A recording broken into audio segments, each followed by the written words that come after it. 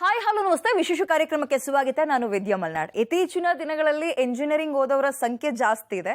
ಅದರಲ್ಲೂ ಕೂಡ ಗ್ರಾಮೀಣ ಭಾಗದ ಜನ ಪಟ್ಟಣ ಪ್ರದೇಶಗಳಿಗೆ ಅಥವಾ ನಗರ ಪ್ರದೇಶಗಳಿಗೆ ಬಂದು ಎಂಜಿನಿಯರಿಂಗ್ ಮಾಡ್ತಾ ಇದ್ದಿದ್ದು. ಸಾಮಾನ್ಯವಾಗಿ ಹಾಸ್ಟೆಲ್ಗಳಲ್ಲೋ ಪಿಜಿಗಳಲ್ಲೋ ಉಳ್ಕೊಂಡು ಓದ್ತಾ ಇದ್ದಿದ್ದನ್ನು ಗಮನಿಸಿದ್ವಿ. ಬಟ್ ಹಾಸನದ ನವಕೀಸ್ ಕಾಲೇಜ್ ಹಾಗಲ್ಲ. ಗ್ರಾಮೀಣ ಭಾಗದ ಮಕ್ಕಳಿಗಾಗಿಯೇ ಅಂತಲೇ ಎಂಜಿನಿಯರಿಂಗ್ ಕಾಲೇಜನ್ನ ಒಂದು ಶುರು ಮಾಡಿದಂಥದ್ದು. ಹಾಗಾದ್ರೆ ನವಕೀಸ್ನ ಒಂದು ವಿಶೇಷತೆಗಳು ಏನು, ಹಾಸನದಲ್ಲಿ ಯಾಕೆ ಮಾಡಿದ್ರು, ಮತ್ತು ನವಕೀಸ್ನಲ್ಲಿ ಇರುವಂತಹ ಅಂದ್ರೆ ಒಂದು ಸ್ಟಾಫ್ ಆಗಿರ್ಬೋದು, ಟೀಚಿಂಗ್ ಸ್ಟಾಫ್ ಆಗಿರ್ಬೋದು, ನಾನ್ ಟೀಚಿಂಗ್ ಸ್ಟಾಫ್ ಆಗಿರ್ಬೋದು, ಅಲ್ಲಿರುವಂತಹ ಫೆಸಿಲಿಟೀಸ್ಗಳೇನು, ಇದೆಲ್ಲದ್ರ ಬಗ್ಗೆ ನಿಮ್ಗಿರುವಂತಹ ಗೊಂದಲವನ್ನ ಕ್ಲಾರಿಟಿ ಕೊಡಿಸುವ ಕೆಲಸ ನಾನು ಮಾಡ್ತೀನಿ ಈ ಕಾರ್ಯಕ್ರಮದಲ್ಲಿ. ನಮ್ಮ ಜೊತೆ ಗೆಸ್ಟ್ಗಳು ಕೂಡ ಇದ್ದಾರೆ, ಅವ್ರನ್ನ ವೆಲ್ಕಮ್ ಮಾಡ್ಕೊಳ್ಳೋಣ. ನವಕೀಸ್ ಎಂಜಿನಿಯರಿಂಗ್ ಕಾಲೇಜ್ ಹಾಸನ ಇಲ್ಲಿನ ಡೀನ್ ಡಾಕ್ಟರ್ ಶ್ರೀಪಾದ್ ಮಾರ್ಕಂಡೆ ಅವರಿದ್ದಾರೆ. ಮೊದಲಿಗೆ ಅವ್ರನ್ನ ವೆಲ್ಕಮ್ ಮಾಡ್ಕೊಳ್ಳೋಣ ಸರ್. ಇನ್ನು ಅಲ್ಲಿನ ವೈಸ್ ಪ್ರಿನ್ಸಿಪಲ್ ಡಾಕ್ಟರ್ ಎನ್ ಮೈನಾ ಅವರು ಕೂಡ ನಮ್ಮ ಜೊತೆ ಇದ್ದಾರೆ, ಅವ್ರನ್ನ ವೆಲ್ಕಮ್ ಮಾಡ್ಕೊಳ್ಳೋಣ. ಮೇಡಮ್, ನಿಮಗೂ ಕೂಡ ಕಾರ್ಯಕ್ರಮಕ್ಕೆ ಸ್ವಾಗತ. Sir, congratulations. ಕಾರಣ ಈ ಸಲ ನವಕೀಸ್ಗೆ NBA ಅಕ್ರಿಡೇಷನ್ ಸಿಕ್ಕಿದೆ. ಸೊ ಅದ್ರ ಬಗ್ಗೆ ನೀವು ಮೊದಲಿಗೆ ಏನಾದರೂ ಹೇಳ್ತೀನಿ ಅನ್ನೋದಾದ್ರೆ. ಫಸ್ಟ್ ಆಫ್ ಆಲ್ ಎಲ್ಲರಿಗೂ ವೀಕ್ಷಕರಿಗೆಲ್ಲ ಥ್ಯಾಂಕ್ಸ್. ಇದ್ರ ಬಗ್ಗೆ ನಾನು ಸ್ವಲ್ಪ ಇದನ್ನ ಹೇಳ್ತೀನಿ, ಇದಕ್ಕೆ ಏನೇನು ಬೇಕು ಅಂತ. ಫಸ್ಟು 1994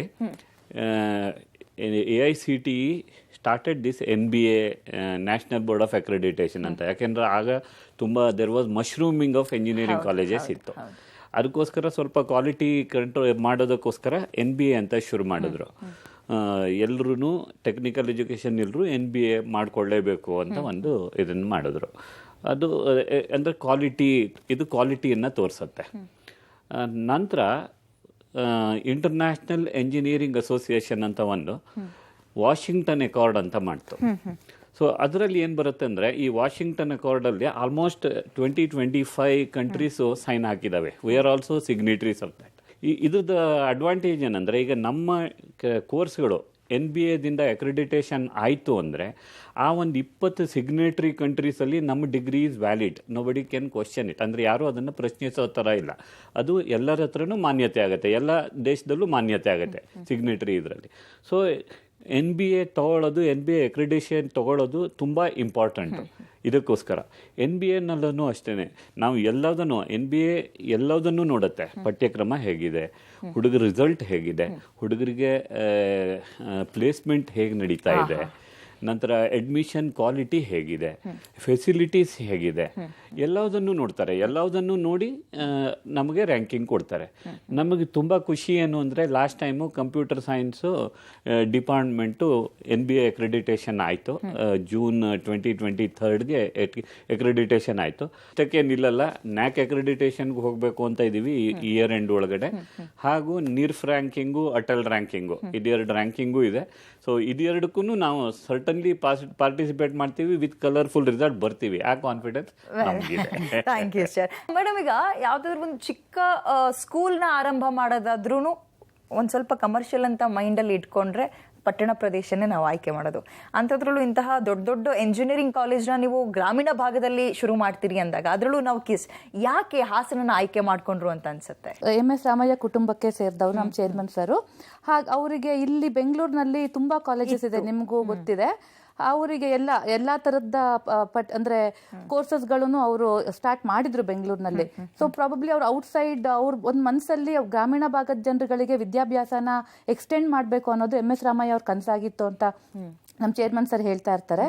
ಸೊ ಆ ಒಂದು ಉದ್ದೇಶ ಇಟ್ಕೊಂಡು ಅವ್ರು ತುಂಬಾ ಒಳ್ಳೆ ಉದ್ದೇಶದಿಂದ ಗ್ರಾಮೀಣ ಭಾಗದಲ್ಲಿ ಅವರು ಒಂದು ಎಕ್ಸಿಸ್ಟಿಂಗ್ ಕಾಲೇಜನ್ನೇ ಪರ್ಚೇಸ್ ಮಾಡಿದ್ರು. ಇನ್ಫ್ಯಾಕ್ಟ್ ನಮ್ಮ ಕಾಲೇಜ್ ಈಗ 4 ವರ್ಷದಿಂದ ನವಕೀಸ್ ಗ್ರೂಪ್ ಅಂಡರ್ ಇದೆ. ಅದಕ್ಕಿಂತ ಮುಂಚೆ 2009 ನಮ್ಮ ಕಾಲೇಜು ಶುರುವಾಗಿರೋದು.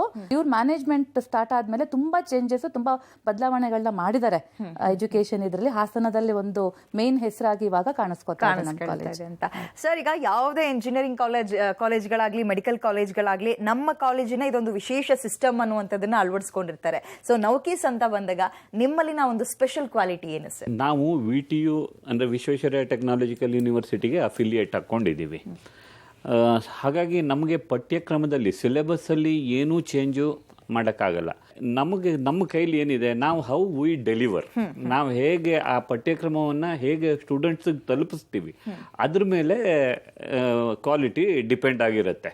ಇಲ್ಲದಿದ್ರೆ ಆಲ್ VTU ಅಫಿಲಿಯೇಟೆಡ್ ಕಾಲೇಜ್ ಎಲ್ಲ ಒಂದೇ ಥರ ಇರಬೇಕಾಗಿತ್ತು. ಬಟ್ ನಮ್ಮಲ್ಲಿ ವಿಶೇಷತೆ ಏನು ಅಂದರೆ, ನಮ್ಮದು ಫಸ್ಟು ಪ್ರಾಜೆಕ್ಟ್ ಬೇಸ್ಡ್ ಲರ್ನಿಂಗ್ ಅಂತ ಹೇಳ್ತೀವಿ. ಈ ಸಾಧಾರಣ ಎಲ್ಲರಿಗೂ ಹುಡುಗರು ಫಸ್ಟ್ ಇಯರ್ಗೆ ಬರ್ತಾರೆ. ಫಸ್ಟ್ ಇಯರ್ಗೆ ಬಂದ ತಕ್ಷಣ ಅವ್ರಿಗೆ ಡಿಜಿಟಲ್ ಇನೋವೇಟಿವ್ ಲ್ಯಾಬ್ ಅಂತ ಡಿಸೈನ್ ಇನೋವೇಟಿವ್ ಲ್ಯಾಬ್ ಅಂತ ಮಾಡ್ತೀವಿ, ಅಲ್ಲಿ ಎನ್ರೋಲ್ ಮಾಡಿಸ್ತೀವಿ. ಅದರಲ್ಲಿ ಏನು ಅಂದರೆ ಅದು this is a special, it is unique of our speciality of our USP of our college ಅಂತ ಹೇಳ್ಬೋದು. ಅಲ್ಲಿ ಅವ್ರಿಗೇನೆ ಸೆಲ್ಫ್ ಥಿಂಕಿಂಗ್ ಅವ್ರಿಗೇನೆ ಬಿಟ್ಬಿಡ್ತೀವಿ. They should come up with ideas. ಆ ಥರ ಅವ್ನಿಗೆ ಸ್ವಂತ ಅವರಲ್ಲಿರೋ ಒಂದು ಜ್ಞಾನವನ್ನು ಹೊರಗೆ ತೆಗಿಯೋಕ್ಕೆ ಟ್ರೈ ಮಾಡ್ತೀವಿ. ಅದು ಒಂದು ಸ್ಪೆಷಲ್ಲು ನಮ್ಮಲ್ಲಿ. ಹಾಗಾಗಿ ನಮ್ಮಲ್ಲಿ ಪಠ್ಯಕ್ರಮದಲ್ಲಿ ಪ್ರಾಜೆಕ್ಟ್ ಕೊಡ್ತೀವಿ ಅವ್ರಿಗೆ. ರಿಯಲ್ ಲೈಫಲ್ಲಿ ಏನೇನಾಗುತ್ತೆ, ಈಗ ಒಂದು ಪ್ರಾಬ್ಲಮ್ ಬಂತು, ರಿಯಲ್ ಲೈಫಲ್ಲಿ ಇದ್ರದ್ದು ಇಂಪ್ಲಿಕೇಶನ್ ಏನು ಅಂತ ಆ ಪ್ರಾಜೆಕ್ಟನ್ನು ಅವ್ರಿಗೆ ಹೇಳ್ತೀವಿ, ಆ ಸಿಚುವೇಶನ್ನ ಅವ್ರಿಗೆ ಹೇಳ್ತೀವಿ. So that is first unique thing. ಎರಡನೇದು IoT. ಈಗಿನ ಜಮಾನೇ IoT, so internet of things. So ಅದು IoT ಲ್ಯಾಬ್ ಅಂತ ಒಂದು ಮಾಡಿದ್ದೀವಿ. ಅದನ್ನು ಫಸ್ಟ್ ಇಯರಿಂದನೇ ಇಂಟ್ರೊಡ್ಯೂಸ್ ಮಾಡ್ತೀವಿ. ಕಮ್ಯುನಿಕೇಷನ್ ಇಂಗ್ಲೀಷ್ ಅಂತ ಮಾಡ್ತೀವಿ. VTUನಲ್ಲಿ ಇದೆ, ಅದು VTU ಸಿಲೆಬಸ್ ಪ್ರಕಾರ ಇದೆ. ಅದು 1 ಅವರ್ ಪ್ರೋಗ್ರಾಮ್ ಇದೆ ಅವರಲ್ಲಿ. ಬಟ್ ನಾವು ಎಕ್ಸ್ಟ್ರಾ ಮಾಡ್ತೀವಿ, ಎಕ್ಸ್ಟ್ರಾ ಕ್ಲಾಸ್ಗಳನ್ನು ಹಾಕಿ ಅವರಿಗೆ we encourage them to talk in ಇಂಗ್ಲೀಷಲ್ಲೇ ಮಾತಾಡಬೇಕು ಅಂತ ಹೇಳ್ತೀವಿ. ಅವ್ರಿಗೆ ಆ ಒಂದು ಇಂಗ್ಲೀಷಿನ ಹೆಸಿಟೆನ್ಸಿನ ತೆಗಿತೀವಿ. ಅದು ನಮ್ಮ 3ನೇ ಇದು. 4ನೇದು ಅಂದರೆ ಪ್ರತಿ ಇದರಲ್ಲೂ ಅಂದರೆ ನಮ್ಮಲ್ಲಿ ಅವರಲ್ಲಿ ಎಂಟರ್ಪ್ರಿನರ್ಶಿಪ್ ಆಸೆ ಜಾಸ್ತಿ ಮಾಡೋಕ್ಕೆ. They should not become the employees. They should ನಮ್ಮ ಇದು ಏನಂದರೆ they should become the employers, not the employees ಅಂತ. ಆ ಒಂದು ಇದರಲ್ಲಿ ನಮ್ಮಲ್ಲಿ ಒಂದು MS ಆನಂದರಾಮ್ ಸರ್ದು ಒಂದು ಡ್ರೀಮ್ ಇದೆ. ನೌಕೀಸ್ ಇನ್ಕ್ಯುಬೇಷನ್ ಸೆಂಟರ್ ಅಂತ ಶುರು ಮಾಡ್ತಾ ಇದ್ದೀವಿ. ಅದು ಇಟ್ ಟೇಕ್ಸ್ ಕೇರ್ ಆಫ್ ಎಲ್ಲ ಎಂಟರ್ಪ್ರಿನರ್ಶಿಪ್ಪದ್ದು, ಎಲ್ಲ ಇನೋವೇಟಿವ್ ಐಡಿಯಾಸು, ಅದೆಲ್ಲ almost they are spending crores together. ಅಷ್ಟು ಖರ್ಚು ಮಾಡಿ ಅವರು ಇದ್ರ ಮಾಡೆಲ್, ಅದು it should be A model, ಆ ಥರ ಮಾಡ್ತಾ ಇದ್ದಾರೆ. ಅದನ್ನು ಮಾಡ್ತಾ ಇದ್ದೀವಿ. ಸೊ ಈ ಎಲ್ಲ ಫೆಸಿಲಿಟೀಸ್ ನಾರ್ಮಲ್ಲು. ನಂತರ ನಮ್ಮ ಎಲ್ಲ ಪಠ್ಯಕ್ರಮವನ್ನು ಡಿಜಿಟಲೈಸ್ ಮಾಡಿದ್ದೀವಿ. ಹುಡುಗರಿಗೆ ಡೈಲಿ ಅಟೆಂಡೆನ್ಸು ರೆಕಾರ್ಡ್ ಬರುತ್ತೆ, ಅವನೇ ತಂದು ಅಟೆಂಡೆನ್ಸ್ ಎಷ್ಟಿದೆ ಅಂತ ಅವ್ನು ನೋಡ್ಕೋಬೋದು. ನಂತರ ಒಂದು ವೇಳೆ ಯಾವುದೋ ಒಂದು ಕ್ಲಾಸ್ ಮಿಸ್ ಆಯಿತು, ನಾವು ಆ ಕ್ಲಾಸ್ ನೋಟ್ಸನ್ನು ವೆಬ್ಸೈಟಲ್ಲಿ ಅಪ್ಲೋಡ್ ಮಾಡಿರ್ತೀವಿ. ಹೀಗೆ ಅವನು ಹೋಗಿ ನೋಡ್ಕೋಬೋದು. ಈ ಥರದ್ದೆಲ್ಲ ಇನೋವೇಟಿವ್ ಸಿಸ್ಟಮ್ಸನ್ನು ನಾವು ತಂದಿದ್ದೀವಿ ಅಂತ. ಓಕೆ ಮೇಡಮ್, ಇಂಜಿನಿಯರಿಂಗ್ ಅಂದ ತಕ್ಷಣ ಒಂದು ವಿಶೇಷತೆ ಏನಪ್ಪಾ ಅಂತ ಹೇಳಿದ್ರೆ ಪ್ರತಿ ವರ್ಷಕ್ಕೂ ಕೂಡ ಈ ಕೋರ್ಸ್ಗಳನ್ನೋದು ಹೊಸದಾಗಿ ಹುಡ್ಕೊಳ್ತಾ ಇರುತ್ತೆ. ಇದೇ 7-8 ವರ್ಷದಿಂದ ಮೆಕ್ಯಾನಿಕಲ್ ಅಂತ ನೋಡ್ತಾ ಇದ್ವಿ, ಆಮೇಲೆ ಕಂಪ್ಯೂಟರ್ ಸೈನ್ಸ್ ಅಂತ ಬಂತು, ಈಗ AI ಅಂತ ಮತ್ತೊಂದು ಹೊಸ ಕೋರ್ಸ್ಗಳು ಹುಡ್ಕೊಳ್ತಲೇ ಇದೆ. ಸೊ ನಿಮ್ಮಲ್ಲಿ ಆ ಒಂದು ಯೂನಿಕ್ ಕೋರ್ಸ್ಗಳು ಇಂಜಿನಿಯರಿಂಗ್ ನಲ್ಲಿ ಏನಿದೆ ಅಂತ? ನಮ್ಮಲ್ಲಿ ಕೋರ್ ಇಂಜಿನಿಯರಿಂಗ್ ಕೋರ್ಸಸ್ ಅಂತ ಹೇಳಿ ಇದು ಸಿವಿಲ್ ಇಂಜಿನಿಯರಿಂಗ್ ಇದೆ, ಆಮೇಲೆ ಎಲೆಕ್ಟ್ರಾನಿಕ್ಸ್ ಅಂಡ್ ಕಮ್ಯುನಿಕೇಶನ್ಸ್ ಇಂಜಿನಿಯರಿಂಗ್ ಇದೆ, ಅದಲ್ಲದೆ ಕಂಪ್ಯೂಟರ್ ಸೈನ್ಸ್ ಅಂಡ್ ಇಂಜಿನಿಯರಿಂಗ್ ಇದೆ. ಜೊತೆಗೆ ಇವಾಗ ಎಮರ್ಜಿಂಗ್ ಟ್ರೆಂಡ್ಸ್ ಅಲ್ಲಿ artificial intelligence and machine learning ಮತ್ತೆ artificial intelligence and data science, ಈ 5 ಕೋರ್ಸ್ಗಳನ್ನ ರನ್ ಮಾಡ್ತೀವಿ. ಹಾಗೂ PG ಕೋರ್ಸ್ ಅಲ್ಲಿ ನಮಗೆ MCA ಸ್ಟಾರ್ಟ್ ಮಾಡಿದೀವಿ. ಈ ವರ್ಷ master of computer application program ನ ಸ್ಟಾರ್ಟ್ ಮಾಡಿದೀವಿ. ಓಕೆ, PUC ಮುಗಿಸ್ಕೊಂಡು ಎಕ್ಸಾಮ್ ಬರೆದು ಬರುವಂತಹ ಇಂಜಿನಿಯರಿಂಗ್ ಮಕ್ಕಳಿಗೆ ಈ ಕೋರ್ಸ್ಗಳ ಬಗ್ಗೆ ಅಷ್ಟು ಐಡಿಯಾ ಇಲ್ಲ. ನೀವು ಆಲ್ರೆಡಿ ಕಾಲೇಜ್ಗಳಲ್ಲಿ ಅದಕ್ಕೊಂದು ಸೆಮಿನಾರ್ ಅಂತನೋ ಅಥವಾ ಸ್ಟೂಡೆಂಟ್ಸ್ಗಳು ಬಂದಾಗ, ಪೇರೆಂಟ್ಸ್ ಬಂದಾಗ ಅದ್ರ ಬಗ್ಗೆ ಜಾಗೃತಿ ಮೂಡಿಸೋದು, ಇಂಥ ಕೆಲಸಗಳಾಗುತ್ತಾ? ಹೌದು, ನಾವು ನಮ್ಮ ಕ್ಯಾಂಪಸ್ಗೆನೆ ಸ್ಟೂಡೆಂಟ್ಸ್ ನ ಕರೆಸ್ತೀವಿ. PU ಕಾಲೇಜಸ್ ಇಂದ, ಆಮೇಲೆ ಈಗ ಲ್ಯಾಟ್ರಲ್ ಎಂಟ್ರಿಗೆ ಬರುವಂತ ಡಿಪ್ಲೊಮಾ ಸ್ಟೂಡೆಂಟ್ಸ್ ಅನ್ನ ನಾವು ಕ್ಯಾಂಪಸ್ಗೆ ಕರೆಸ್ತೀವಿ. ಕರೆಸ್ಬಿಟ್ಟು ಕಾಲೇಜಲ್ಲೇ ನೀವು ಹೇಳಿದಾಗ ಸೆಮಿನಾರ್ ತರ ಒಂದು ಅವೇರ್ನೆಸ್ ಕೊಡ್ತೀವಿ ಅವರಿಗೆ. ಯಾಕೆಂದ್ರೆ ಆರ್ಟಿಫಿಷಿಯಲ್ ಇಂಟೆಲಿಜೆನ್ಸ್ ಹೊಸ ಸಬ್ಜೆಕ್ಟ್ ಅದು. Though it was there like computer ಸೈನ್ಸ್ಗೆ ರಿಲೇಟೆಡ್ ಫೀಲ್ಡ್ ಅದು, ಬಟ್ ಜನರಿಗೆ ಅವೇರ್ನೆಸ್ ಇಲ್ಲ. ನಾವೀಗ ಆಲ್ರೆಡಿ ಆರ್ಟಿಫಿಷಿಯಲ್ ಇಂಟೆಲಿಜೆನ್ಸ್ ನ ಸ್ಟಾರ್ಟ್ ಮಾಡ್ಬಿಡ್ತೀವಿ. ನಮ್ಮ ಮೊಬೈಲಲ್ಲಿ ನೀವು ತುಂಬಾ ಆಪ್ಗಳು ಆರ್ಟಿಫಿಷಿಯಲ್ ಇಂಟೆಲಿಜೆನ್ಸ್ ನ ಫಾಲೋ ಮಾಡ್ತಾ ಇದೆ. ಸೊ ಈ ಬಗ್ಗೆ ಅವೇರ್ನೆಸ್ ಇರಲ್ಲ. ನಾವು ಅವೇರ್ನೆಸ್ ಕ್ರಿಯೇಟ್ ಮಾಡಿದಾಗ ಎಷ್ಟೋ ಸಾರಿ ನನಗೆ ಕಂಪ್ಯೂಟರ್ ಸೈನ್ಸ್ಗೆ ಬಂದಿರೋ ಮಕ್ಕಳು ಆರ್ಟಿಫಿಷಿಯಲ್ ಇಂಟೆಲಿಜೆನ್ಸ್ಗೆ ಕನ್ವರ್ಟ್ ಆಗ್ತಾ ಇದ್ದಾರೆ. ಸೊ ಆ ಅವೇರ್ನೆಸ್ ನ ಕೊಡ್ತೀವಿ. ಪೇರೆಂಟ್ಸ್ ಬಂದಾಗ್ಲೂ ನಾವು ಅದ್ರ ಬಗ್ಗೆ ತುಂಬಾನೇ ಇಂಪಾರ್ಟೆನ್ಸ್ ಕೊಡ್ತೀವಿ. ನಮ್ಮ ಫ್ಯಾಕಲ್ಟಿ ಮೆಂಬರ್ಸ್ ಎಕ್ಸ್ಪ್ಲೈನ್ ಮಾಡ್ತಾರೆ. ಹಾಗೂ ಅಲ್ಲಿ ಸುತ್ತಮುತ್ತ ಇರೋ ಕಾಲೇಜಸ್ಗಳಿಗೆ ನಮ್ಮ ಫ್ಯಾಕಲ್ಟಿ ಮೆಂಬರ್ಸ್ ಹೋಗ್ಬಿಟ್ಟು ವರ್ಕ್ಶಾಪ್ಸ್ ಕೂಡ ಕಂಡಕ್ಟ್ ಮಾಡ್ತೀವಿ. PU ಕಾಲೇಜ್ಗಳಿಗೆ ಹೋಗ್ಬಿಟ್ಟು ವರ್ಕ್ಶಾಪ್ಸ್ ಗಳನ್ನ ಕಂಡಕ್ಟ್ ಮಾಡ್ತೀವಿ. ಸರ್, ಇದೀಗ ಇಂಜಿನಿಯರಿಂಗ್ ನಿಮ್ ಗಮನಕ್ಕೂ ಬಂದಿರುತ್ತೆ ಅನ್ಕೊಳ್ತೀನಿ. ಯಾವುದೇ ಫೀಲ್ಡ್ಗೆ ಹೋಗಿ ಇಂಜಿನಿಯರಿಂಗ್ ಸಂಬಂಧಪಡದಲ್ಲೇ ಇರುವಂತಹ ವಿಚಾರಗಳಿದ್ರೂ ಕೂಡ ಅಲ್ಲಿ ಇಂಜಿನಿಯರಿಂಗ್ ಸ್ಟೂಡೆಂಟ್ಸ್ಗಳು ಇರ್ತಾರೆ. ಅಂದ್ರೆ ಅವರ ಒಂದು ಯೋಚನಾ ಶಕ್ತಿ ಏನಪ್ಪಾ ಅಂದ್ರೆ ವಿಭಿನ್ನ, ಬರೀ ಓದೋದಕ್ಕೆ ಮಾತ್ರ ಸ್ಟಿಕ್ ಆನ್ ಆಗಿರಲ್ಲ.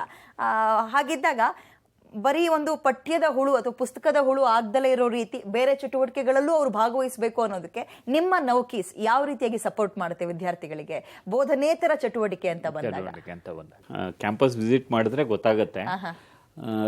ನಮ್ಮಲ್ಲಿ ಬರೇ ಪಠ್ಯದ ಮೇಲೆ ಇಲ್ಲ, ನಾವು 360 ಡಿಗ್ರೀಸ್ ಆಫ್ ಪರ್ಸನಾಲಿಟಿ, ವ್ಯಕ್ತಿತ್ವ ವಿಕಾಸನ ಅಂತ ನೋಡ್ತೀವಿ.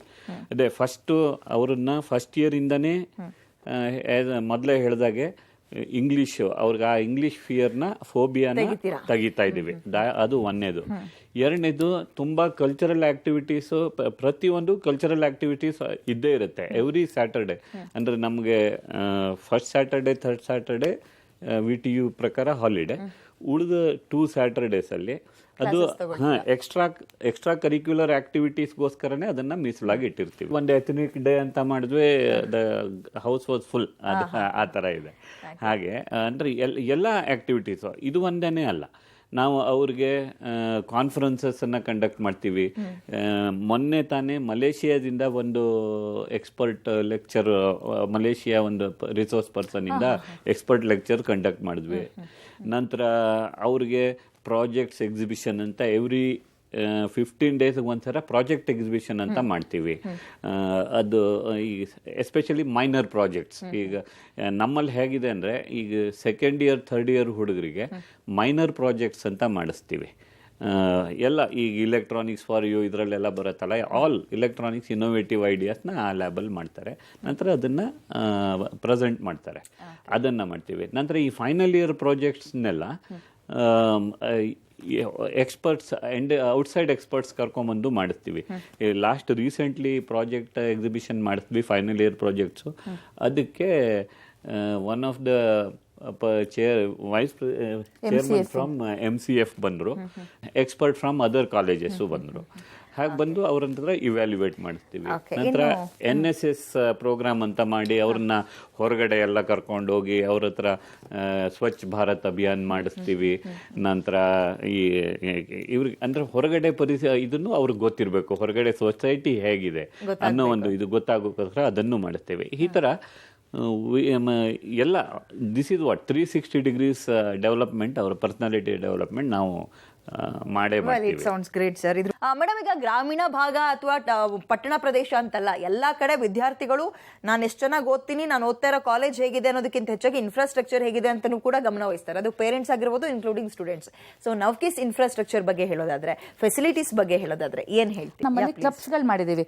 ಅಂದ್ರೆ ಬರೀ ಸ್ಟೂಡೆಂಟ್ಸಿಗೆ other than curricular, extra curricular ಮತ್ತೆ ಕೋ ಕರಿಕ್ಯುಲಾರ್ ಅಂತ ಹೇಳಿ ಕ್ಲಬ್, ಟೆಕ್ನಿಕಲ್ ಕ್ಲಬ್ ಇದೆ, ಇಕೋ ಕ್ಲಬ್ ಇದೆ, ಆಮೇಲೆ ಲಿಟ್ರರಿ ಕ್ಲಬ್, ಹೀಗೆ ನಾನಾ ಕ್ಲಬ್ಗಳಿದಾವೆ. ಸ್ಟೂಡೆಂಟ್ಸ್ ಅವ್ರಿಗೆ ಏನ್ ಇಂಟ್ರೆಸ್ಟ್, ಕೆಲವರು ಟೆಕ್ನಿಕಲಿ ತುಂಬಾ ಸೌಂಡ್ ಇರ್ತಾರೆ, ಕೆಲವರು ಕಲ್ಚರಲ್ ಆಕ್ಟಿವಿಟೀಸ್ ಅಲ್ಲಿ ತುಂಬಾ ಸೌಂಡ್ ಇರ್ತಾರೆ. ಸೊ ಅವ್ರದ್ದು ವ್ಯಕ್ತಿತ್ವ ವಿಕಸನ ಆಗ್ಬೇಕು ಅಂತ ಹೇಳಿದ್ರೆ ಅವ್ರಿಗೆ ಏನ್ ಇಂಟ್ರೆಸ್ಟ್ ಇದೆಯೋ ಆ ಸಬ್ಜೆಕ್ಟ್ ಮೇಲೆ ಒತ್ತು ಕೊಡ್ತಾ ಹೋಗ್ತೀವಿ. ಸೊ ಸ್ಟೂಡೆಂಟ್ ಅವ್ರ ಕೆಪಾಸಿಟಿ ಏನಿದೆ ಅಂತ ನೋಡ್ಕೊಂಡು ಅವ್ರನ್ನ ಇನ್ವಾಲ್ವ್ ಮಾಡ್ಕೋತಾ ಹೋಗ್ತೀವಿ. ಇನ್ಫ್ರಾಸ್ಟ್ರಕ್ಚರ್ಗೆ ಬಂದಾಗ ನಮ್ಮಲ್ಲಿ state of the art laboratories ಅಂತಾನೆ ಹೇಳ್ಬೋದು. ಈಗ ಸಾಮಾನ್ಯ 1:4 ಕಂಪ್ಯೂಟರ್ಸ್, ಒಬ್ಬ 4 ಜನ ಸ್ಟೂಡೆಂಟಿಗೆ ಒಂದು ಕಂಪ್ಯೂಟರ್ ಇರಬೇಕು ಅಂತ ಹೇಳುತ್ತೆ ಇದ್ರ ರೆಕಾರ್ಡ್ಸ್ ಪ್ರಕಾರ. ಬಟ್ ನಾವು ಅದನ್ನ ಪ್ರೊವೈಡ್ ಮಾಡಿದ್ದೀವಿ.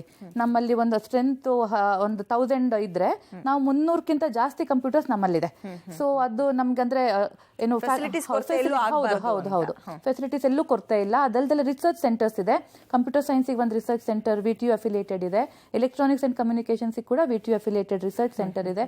IoT ಸ್ಕಿಲ್ಸ್ ಲ್ಯಾಬೇ ಸೆಪರೇಟ್ ಇದೆ.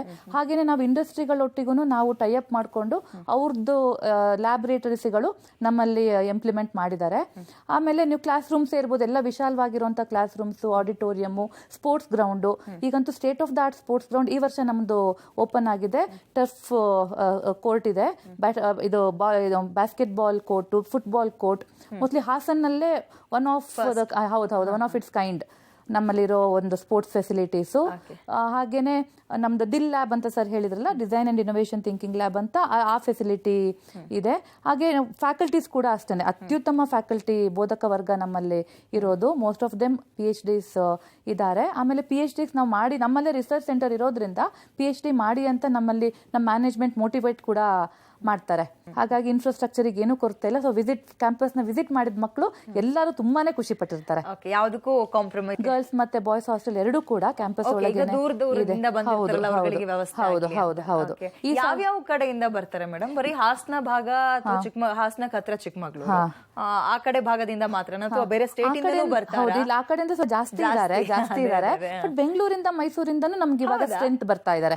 ಹೌದು, ಬೆಂಗಳೂರು ಮಕ್ಕಳು ಕೂಡ ನಮ್ಮಲ್ಲಿ ಬಂದಿದ್ದಾರೆ. ಮಾತಾಡ್ತಾ ಇದೆ ಇಂಜಿನಿಯರಿಂಗ್ ಅಲ್ಲಿ ಏನಪ್ಪಾ 2 ವರ್ಷ 3 ವರ್ಷಕ್ಕೆಲ್ಲ ಹೊಸ ಹೊಸ ಕೋರ್ಸ್ಗಳು ಬರ್ತಲೇ ಇರುತ್ತೆ ಅಂತ. ವಿದ್ಯಾರ್ಥಿಗಳು ಮಾತ್ರ ಹೊಂದ್ಕೊಳ್ಳೋಗೋದಲ್ಲ, ಫ್ಯಾಕಲ್ಟಿನೂ ಅದಕ್ಕೆ ಅಪ್ಡೇಟ್ ಆಗ್ಬೇಕು. ಸೊ ನಿಮ್ ಫ್ಯಾಕಲ್ಟಿ ಫೆಸಿಲಿಟೀಸ್ ಹೇಗಿದೆ? ಹೇಗೆ ಹೊಸ ಒಂದು ಈ ಕೋರ್ಸ್ ಗಳಿಗೆ ಅಪ್ಡೇಟ್ ಆಗ್ತಿರ್ತಾರೆ? ನೀವ್ ಹೇಗೆ ಸಪೋರ್ಟ್ ಮಾಡ್ತೀರಿ ಕಾಲೇಜ್ನವರು ಅಂತ? ಎಲ್ಲಾ ಫ್ಯಾಕಲ್ಟಿನೂ ನಮ್ಮಲ್ಲಿ ವೆಲ್ ಕ್ವಾಲಿಫೈಡ್, ಅದ್ರ ಬಗ್ಗೆ ಏನು ಮಾತೇ ಇಲ್ಲ, ಪ್ರಶ್ನೆನೇನಿಲ್ಲ. ಅಂಡ್ ಅವ್ರನ್ನ ತುಂಬಾ ಇದನ್ನ ರಿಸರ್ಚ್ ಪಬ್ಲಿಕೇಶನ್ಸ್ಗೆ ತುಂಬಾ ಎನ್ಕರೇಜ್ ಮಾಡ್ತೀವಿ. ನಂತರ ಏನಾದ್ರು ಒಂದು ಪಬ್ಲಿಷ್ ಮಾಡಿದ್ರು ಅಂದ್ರೆ ಅದಕ್ಕೆ ಇನ್ಸೆಂಟಿವ್ ಕೊಡ್ತೀವಿ. ಇನ್ಸೆಂಟಿವ್ಸ್ ಅಂತ ಸ್ಪೆಷಲ್ ಇನ್ಸೆಂಟಿವ್ಸ್ ಕೊಡ್ತೀವಿ, ಅವ್ರಿಗೊಂದು ರೀತಿ ಎನ್ಕರೇಜ್ಮೆಂಟ್ಗೋಸ್ಕರ. ನಂತರ ಅವ್ರಿಗೆ FDP ಫ್ಯಾಕಲ್ಟಿ ಡೆವಲಪ್ಮೆಂಟ್ ಪ್ರೋಗ್ರಾಮ್ಗೆ to update their knowledge conferences ಮಾಡಿಸ್ತೀವಿ. ಇನ್ಫ್ಯಾಕ್ಟ್ ಈಗ ಆಗಸ್ಟಲ್ಲಿ ನಮ್ಮದು ಒಂದು IEEE ಕಾನ್ಫರೆನ್ಸ್ ನಡೀತಾ ಇದೆ ಎಲೆಕ್ಟ್ರಾನಿಕ್ಸ್ ಅಲ್ಲಿ, ಇಂಟರ್ನ್ಯಾಷನಲ್ ಕಾನ್ಫರೆನ್ಸ್ ಅದು. ನಂತರ ಈವನ್ ಕಂಪ್ಯೂಟರ್ ಸೈನ್ಸಲ್ಲಿ ನೆಕ್ಸ್ಟ್ ಮಂತೇ ಒಂದು FDP ನಡೀತಾ ಇದೆ. ಮ್ಯಾನೇಜ್ಮೆಂಟ್ ಮಾತ್ರ wholeheartedly they support us. Facilities ಈ ಥರ ಚೆನ್ನಾಗಿದೆ, ರಿಸರ್ಚ್ ಎನ್ವಿರಾನ್ಮೆಂಟು ಚೆನ್ನಾಗಿದೆ. ಒಂದು 5-6 ಪೇಟೆಂಟ್ಸು ಬಂದಿದೆ ಈ ವರ್ಷದಲ್ಲಿ. ಇಲೆಕ್ಟ್ರಾನಿಕ್ಸ್ ಇಂದಾನು ಬಂದಿದೆ, ಕಂಪ್ಯೂಟರ್ ಸೈನ್ಸ್ ಫ್ಯಾಕಲ್ಟಿನೂ ತಗೊಂಡಿದ್ದಾರೆ. ಅವ್ರಿಗೆಲ್ಲ ನಂತರ ಒಂದು 5-6 ಜನ ಬುಕ್ಸ್ ಬರೆದಿದ್ದಾರೆ. ಈ ಥರ ಫ್ಯಾಕಲ್ಟಿಗೆ ಅವರ ನಾಲೆಜನ್ನು ಅಪ್ಡೇಟ್ ಮಾಡ್ಕೊಳ್ಳೋದಕ್ಕೆ ಎಲ್ಲ ಫೆಸಿಲಿಟಿನೂ ಕೊಡ್ತೀವಿ. ನಂತರ NPTEL ಕೋರ್ಸ್ಗಳನ್ನು ಆದಷ್ಟು ಮಾಡಿ ಅಂತ ಹೇಳ್ತೀವಿ. ಈ AICTE NPTEL ಕೋರ್ಸಸ್ ಅಂತ ಒಂದು ಆನ್ಲೈನ್ ಕೋರ್ಸ್ ಪೋರ್ಟಲ್ ಡೆವಲಪ್ ಮಾಡಿದೆ. IIT ಪ್ರೊಫೆಸರ್ಸ್ ಅದನ್ನ IIT ಪ್ರೊಫೆಸರ್ಸ್ ಎಲ್ಲ ಕೊಡೋದು, ಅದನ್ನ ನಾವು ಮಾಡೋಕ್ಕೆ ಹೇಳ್ತೀವಿ. ಅದು ಈ ಥರ ಫ್ಯಾಕಲ್ಟಿ ಎಲ್ಲ they are ready to take up the new challenges. Okay, ಓದು ಅಂತ ಬಂದಾಗ ಲೈಬ್ರರಿ ಫೆಸಿಲಿಟೀಸ್ ಆಗಿರ್ಬೋದು, ಮತ್ತು ಆ ಓದಿನ ಜೊತೆಗೆ ಆಟಕ್ಕೆ ನೀವು ಹೇಳಿದ್ರಿ ಬಹಳ ಚೆನ್ನಾಗಿರೋ ಒಂದು ಫೀಲ್ಡ್ ಎಲ್ಲ ನಾವು ಗ್ರೌಂಡ್ ಎಲ್ಲ ರೆಡಿ ಮಾಡಿದೀವಿ ಅಂತ. ಸೊ ಈ ಲೈಬ್ರರಿ ಬಗ್ಗೆ ಎಲ್ಲ ಹೇಳೋದಾದ್ರೆ ಹೇಗಿದೆ ಫೆಸಿಲಿಟೀಸ್? ಮಕ್ಕಳು ಎಷ್ಟು ಗಂಟೆಯಿಂದ ಎಷ್ಟು ಗಂಟೆ ತನಕ ಓದ್ಕೊಳ್ಬೋದು? ಇದ್ರ ಬಗ್ಗೆ ಎಲ್ಲ ಏನಾದರೂ ರಿಸ್ಟ್ರಿಕ್ಷನ್ ಇದೆಯಾ ನಿಮ್ಮಲ್ಲಿ ಅಂತ ಹೇಳಿ? ತುಂಬಾ ವಿಶಾಲವಾದಂಥ ಲೈಬ್ರರಿನೇ ಇದೆ. ಆಮೇಲೆ ಎಲ್ಲ ಸಬ್ಜೆಕ್ಟ್ಸ್, ಅವ್ರ ಪಾಠಕ್ಕೆ ಬೇಕಾದಂಥ ಎಲ್ಲ ಸಬ್ಜೆಕ್ಟ್ಸ್ ರಿಲೇಟೆಡ್ ಬುಕ್ಸ್ ಕೂಡ ಇಟ್ಟಿರ್ತೀವಿ. ಬುಕ್ಸು, ಜರ್ನಲ್ಸು, ನ್ಯೂಸ್ ಪೇಪರ್ಸ್ ಎಲ್ಲದನ್ನು ನಾವು ಲೈಬ್ರರಿಲಿ ಪ್ರೊವೈಡ್ ಮಾಡ್ತೀವಿ ಮಕ್ಕಳಿಗೆ. ಹಾಗೆ ನಮ್ಮಲ್ಲಿ ವಾರಕ್ಕೊಂದು ಲೈಬ್ರರಿ ಪೀರಿಯಡ್ ಅಂತಾನೆ ಮಾಡ್ಬಿಟ್ಟಿದೀವಿ. ಇತ್ತೀಚೆಗೆ ಏನಾಗ್ತಾ ಇದೆ, ಮೊಬೈಲ್ಗಳು ಬಂದ್ಮೇಲೆ ಲೈಬ್ರರಿ ಹೋಗೋದು ಕಡಿಮೆ ಆಗ್ತಾ ಇದೆ ಮಕ್ಕಳು. ಅದಕ್ಕೆ ನಾವು ಟೈಮ್ ಟೇಬಲ್ ಅಲ್ಲಿ ಪ್ರತಿ ಕ್ಲಾಸ್ ಅನ್ನು ಒಂದು ವಾರಕ್ಕೆ ಒಂದ್ಸರಿ ಅವ್ರು ಲೈಬ್ರರಿಗೆ ಹೋಗ್ಲೇಬೇಕು. ಅಲ್ಲಿ ಕೂತ್ಕೊಂಡು ಅಲ್ಲಿರೋ ಬುಕ್ಸ್ ಅನ್ನ ಅವರು ರೆಫರ್ ಮಾಡಲೇಬೇಕು. ಆ ತರ ಮಾಡಿದೀವಿ. So library facilities, central library ಫೆಸಿಲಿಟಿನೂ ಇದೆ, ಜೊತೆಗೆ ಡಿಪಾರ್ಟ್ಮೆಂಟ್ ಲೈಬ್ರರೀಸು ಇರುತ್ತೆ ಮ್ಯಾಮ್. ಅಲ್ಲಿ ಡಿಜಿಟಲ್ ಲೈಬ್ರರೀಸು ಇರುತ್ತೆ. ಸೊ ನಾವು VTUಗೂ ನಾವು ಇದು ಏನು NDLI ಅಂತ ಡಿಜಿಟಲ್ ಲೈಬ್ರರಿ ಫೆಸಿಲಿಟಿ ತಗೊಂಡಿದ್ದೀವಿ. ಅಲ್ಲಿ ಕೂಡ ನಮಗೆ ತುಂಬಾ ಜರ್ನಲ್ಸು ಮತ್ತೆ ಬುಕ್ಸ್ಗಳು ಎಲ್ಲದನ್ನು ನಮಗೆ ಡೌನ್ಲೋಡ್ ಮಾಡ್ಕೊಳ್ಳೋಕೆ ನೋಡ್ಕೊಳ್ಳೋಕೆ ಅವಕಾಶ ಇದೆ. ಓಕೆ, ಸೊ ಪ್ಲೇಸ್ಮೆಂಟ್ ಅಂತ ಬಂದಾಗ ನಿಮ್ಮ ಒಂದು ಸ್ಟ್ರೆಂತ್ ಏನು ಕಾಲೇಜಲ್ಲಿ ಅಂತ? ಕಾಲೇಜಿನ ಮಟ್ಟಿಗೆ ಹೇಳೋದಾದ್ರೆ ಫಸ್ಟ್ ಇಯರ್ ಇಂದಾನೆ ಅವ್ರಿಗೆ ಆ ಒಂದು ಫೋಬಿಯಾನ, ಇಂಗ್ಲಿಷ್ ಸ್ಪೀಕಿಂಗ್ ಫೋಬಿಯಾನ ತೆಗಿತೀವಿ. ಮೊದಲೇ ಹೇಳಿದ್ದೀನಿ ಇದನ್ನ. ನಂತರ ಹೇಳಬೇಕು ಅಂತಂದ್ರೆ ಫಸ್ಟ್ ಇಯರ್ ಇಂದಾನೆ ಅವ್ರಿಗೆ ಒಂದು ಸ್ಪೆಸಿಫಿಕ್ ಆಗಿ ಟ್ರೈನಿಂಗ್ ಆ್ಯಂಡ್ ಪ್ಲೇಸ್ಮೆಂಟ್ ಕ್ಲಾಸ್ ಅಂತ ಅವರು ಟೈಮ್ ಟೇಬಲಲ್ಲೇ ಹಾಕ್ಬಿಟ್ಟಿರ್ತೀವಿ. So first year, first semester, first week ಅಲ್ಲಿಂದನೇ ಅವ್ರಿಗೆ ಆ ಪ್ಲೇಸ್ಮೆಂಟ್ ಬಗ್ಗೆ ಹೇಳ್ತಾ ಹೋಗ್ತೀವಿ. ಸಾಫ್ಟ್ ಸ್ಕಿಲ್ ಇದಾಗಿರ್ಬೋದು, ಸಾಫ್ಟ್ ಸ್ಕಿಲ್ಸ್ ಆಗಿರ್ಬೋದು, ಟ್ರೈನಿಂಗ್ ಆಗಿರ್ಬೋದು, ಕಂಪನಿ ಸ್ಪೆಸಿಫಿಕ್ ಟ್ರೈನಿಂಗ್ಸ್ ಆಗಿರ್ಬೋದು. ಅಲ್ಲಿಂದನೇ ಅಂದರೆ ಈಗ ಫಸ್ಟ್ ಇಯರ್ದಿಂದ ಕಮ್ಯುನಿಕೇಷನ್ ಸ್ಕಿಲ್ಸ್ ಬಗ್ಗೆ ಮಾತಾಡ್ತೀವಿ. ಸೆಕೆಂಡ್ ಸೆಮಿಸ್ಟ್ರಿಂದ GD ಮತ್ತು ಇದರ ಸಾಫ್ಟ್ ಸ್ಕಿಲ್ಸ್ ಬಗ್ಗೆ ಟ್ರೈನಿಂಗ್ ಕೊಡೋಕ್ಕೆ ಶುರು ಮಾಡ್ತೀವಿ. And they are measured. ಅವ್ರ ಹತ್ರ ಫೀಡ್ಬ್ಯಾಕ್ ತೊಗೋತೀವಿ. ಕ್ಲಾಸ್ ಸರಿ ಹೋಯ್ತಾ ಇಲ್ವಾ ಅಂತ ರಿಪೀಟೆಡ್ ಅಂದರೆ ಪೀರಿಯಾಡಿಕಲ್ ಫೀಡ್ಬ್ಯಾಕ್ ತೊಗೊಂಡಿರ್ತೀವಿ. ಹೀಗಿದೆಲ್ಲ ಮಾಡಿ ಅಂದರೆ ಅವ್ರನ್ನ ಅಪ್ಡೇಟ್ ಮಾಡಿರ್ತೀವಿ. ಇನ್ನೂ ಒಂದು ಏನಂದರೆ ಒಳ್ಳೊಳ್ಳೆ ಕಂಪ್ನಿಗಳು ಬಂದಾಗ ಅದಕ್ಕಿಂತ 2 ದಿನ ಮೊದಲು, ಒಂದು 4-5 ದಿನ ಮೊದಲು ಆ ಕಂಪನಿ ಸ್ಪೆಸಿಫಿಕ್ ಏನೇನು ಕ್ವಶನ್ಸ್ ಬರ್ಬೋದು, ಹೇಗೆ ಇಂಟ್ರ್ಯೂ ಕ್ವಶನ್ಸ್ ಏನೇನಿರ್ಬೋದು, ಟೆಕ್ನಿಕಲ್ ಏನೇನಾಗಬಹುದು, ಅದನ್ನೆಲ್ಲನೂ ಸ್ಪೆಷಲ್ ಆಗಿ ಟ್ರೈನಿಂಗ್ ಕೊಡ್ತೀವಿ. ಎಕ್ಸ್ಕ್ಲೂಸಿವ್ ಆಗಿ ಟ್ರೈನಿಂಗ್ ಆ್ಯಂಡ್ ಪ್ಲೇಸ್ಮೆಂಟ್ ಆಫೀಸರ್ ಅಂತಾನೆ ರಿಕ್ರೂಟ್ ಮಾಡ್ಕೊಂಡಿದ್ದೀವಿ. ಅವ್ರ ಕೆಲಸ ಏನು ಅವ್ರ ಕಾಲೇಜಲ್ಲಿ ಕೂತ್ಕೊಳ್ಳೋ ಹಾಗಿಲ್ಲ. They should roam around across India, ಎಲ್ಲ ಕಡೆ ಹೋಗಿ ಕಂಪನಿಗಳನ್ನು ನಮಗೆ ತಂದ್ಕೊಡ್ಬೇಕು. ಅದು ಫೆಸಿಲಿಟಿ. ಹಾಗಾಗಿ ಲಾಸ್ಟ್ ಬ್ಯಾಚಿಂದೆಲ್ಲ we have achieved around 85-90% placements. It is a great thing. ಗ್ರಾಮೀಣ ಭಾಗದಲ್ಲಿ ಕಾಲೇಜ್ ಇರೋದ್ರಿಂದ ಇಲ್ಲಿ ಬ್ಯಾಂಗ್ಳೂರ್ ಅಂತ ತಗೊಂಡಾಗ ದೊಡ್ಡ ದೊಡ್ಡ ಕಂಪನಿಗಳೆಲ್ಲ ಟೈಅಪ್ ಆಗ್ಬಿಡುತ್ತೆ. ಜನರಿಗೆ ಕ್ವೆಶನ್ ಇರುತ್ತೆ, ನನ್ನ ಮಗ ಇಲ್ಲಿ ಓದಿದ್ರೆ ಬೆಂಗಳೂರಲ್ಲಿ ಓದಿದ್ರೆ ಬೇಗ ಕೆಲಸ ಸಿಗುತ್ತಾ, ದೊಡ್ಡ ದೊಡ್ಡ ಕಂಪ್ನಿಲಿ ಕೆಲಸ ಸಿಗುತ್ತಾ, ಅಥವಾ ಈ ಕಾಲೇಜಲ್ಲ ಅಂತ ಪ್ರಶ್ನೆ ಬಂದಾಗ ಈ ಕಂಪನಿಗಳ ಟೈಅಪ್ ವಿಚಾರ ಒಂದು ಸ್ವಲ್ಪ ಹೇಳೋದಾದ್ರೆ ನೀವು. ಆಲ್ರೆಡಿ ಇನ್ಫೋಸಿಸ್, ಬಾಷ್ ಕಂಪನಿ, ಈ ತರ ಒಳ್ಳೊಳ್ಳೆ ಕಂಪನಿಗಳ ಜೊತೆ MOU ಮಾಡ್ಕೊಂಡಿದ್ದೀವಿ. ಅವ್ರನ್ನ ನಮ್ಮ ಸ್ಟೂಡೆಂಟ್ಸ್ಗೆ ಬಂದು ಸ್ಪೆಸಿಫಿಕ್ ಟ್ರೈನಿಂಗ್ ಕೊಡೋ ಥರನೂ ಮಾಡಿದ್ದೀವಿ. ಅಲ್ಲಿಂದ ಇಂಡಸ್ಟ್ರಿ ಎಕ್ಸ್ಪರ್ಟ್ಸನ್ನು ಕರೆಸ್ತಾ ಇದ್ದೀವಿ. ಅಲ್ಲಿ ಕಂಪನಿಗಳಲ್ಲಿ ಹೇಗೆ ನಡೀತಾ ಇದೆ, ಕರೆಂಟ್ ಟ್ರೆಂಡ್ ಏನು, ಅದನ್ನೆಲ್ಲ ನಮ್ಮ ಹುಡುಗರಿಗೆ ಹೇಳಿಸ್ತಾ ಇದ್ದೀವಿ. ಹಾಗಾಗಿ ದೊಡ್ಡ ದೊಡ್ಡ ಕಂಪನಿ, ಈಗ ನಾ ಹೇಳ್ದಾಗೆ ನಮ್ಮ ಹುಡುಗರು ಎಲ್ಲ ಕಂಪನಿ ಬಾಷಲ್ಲಿದ್ದಾರೆ, ಇನ್ಫೋಸಿಸಲ್ಲಿದ್ದಾರೆ, ನಂತರ ಇದು TCS ಅಲ್ಲಿ ಇದ್ದಾರೆ. ಹಾಗೆ ಒಳ್ಳೊಳ್ಳೆ ಕಂಪನಿಗಳಲ್ಲಿ ಕೆಲಸ ಮಾಡ್ತಾ ಇದ್ದಾರೆ.